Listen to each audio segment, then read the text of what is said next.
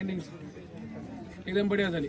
त्यामध्ये 12 महिने मेहनत केली आणि ऐन टायमाला जर तुम्ही हे केला समजा गरम ट्रम केला तुमचं ते त्यामुळे काय 100 असं चंड पाहिजे पोरग इथं थांबलं किती सेकंदात वेळ भेटेल तुम्हाला माहिती. त्यामुळे ऑलवेज रेडी 100 आलात म्हणजे तुमची पळायची पूर्ण तयारी झालेली पाहिजे. इथं आलात नाही तुम्ही 8 तास लावलात. मी आपल्या अकॅडमीमध्ये टॉप मारत होतो. हा मी इथं बाप आहे. हा बाप म्हणून तर ते दुसऱ्या एखादं नवीन चॅप्टर पोरग असते झुपकून निघून जाते. 2 मार्क वाढलेले आहेत. 2 मार्क महत्वाचे. आता कसं आदित्यने केलं कसं केलं संधीचं सोनं झुपकून निघून जाते.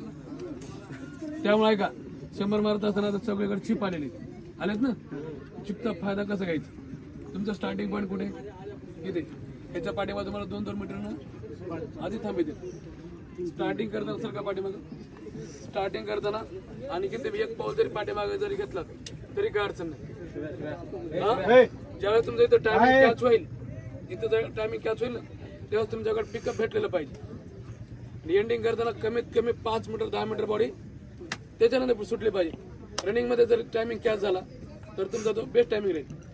जर तुमचं एंडिंग पॉईंट येते तुम्ही इथं जर बॉडी लूज सोडली तुमचा येणारा चांगला टाइम तिथे 50 मायक्रो सेकंद तुम्ही इथं लूज सोडायला.